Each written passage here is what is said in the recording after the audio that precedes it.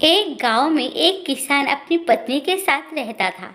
उनका एक छोटा सा खेत था जहां वे दिन भर परिश्रम किया करते थे। वे कठोर परिश्रम के उपरांत भी कृषि से प्राप्त आमदनी उसके जीवन यापन हेतु पर्याप्त नहीं थी और वे निर्धनता का जीवन व्यतीत करने हेतु विवश था। एक दिन किसान बाजार से कुछ मुर्गियां खरीद कर लाया।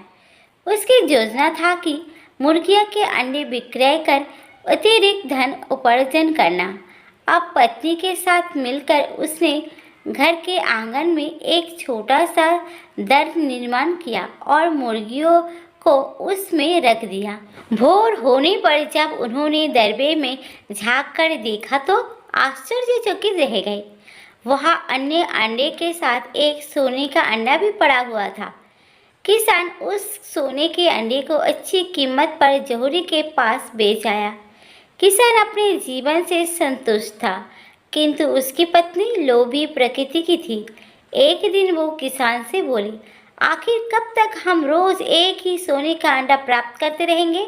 क्यों ना हम मुर्गी के पेट से एक साथ सारे अंडे निकाल लें। इस तरह हम उन्हें बेचकर एक बार में इतने धनवान हो जाएंगे कि हमारी 7 पुश्त आराम का जीवन व्यतीत करेंगी। पत्नी की बात सुनकर किसान के मन में भी लोभ घर कर गया। उसने मुर्गी को मारकर उसके पेट से एक साथ सारे अंडे निकाल लेने का मन बना लिया। वो बाजार गया और वहां से एक बड़ा चाकू खरीद कर लाया।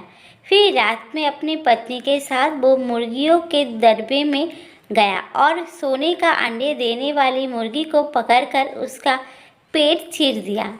किंतु मुर्गी भीतर से सामान्य मुर्गियों की तरह ही थी। उसके पेट में सोने के अंडे नहीं थे।